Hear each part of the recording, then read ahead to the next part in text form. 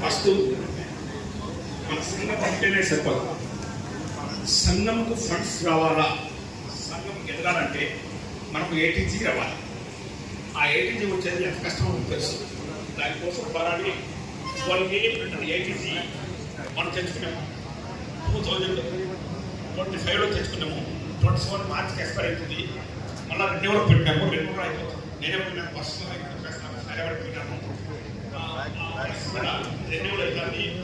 అక్కడ చేస్తాం sir. ATC అనేది మన సంఘానికి తెచ్చాము. ఇది తప్పుదు లేదు. Auditing of accounts. ఏ సంఘమైన ముందుకు పోవాలంటే అకౌంట్స్ క్లారిటీగా ఉండాలి.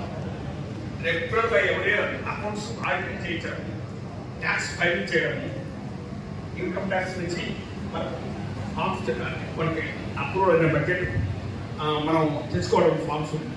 తర్వాత బిల్స్, వోచర్స్ అండ్ రిసీట్స్.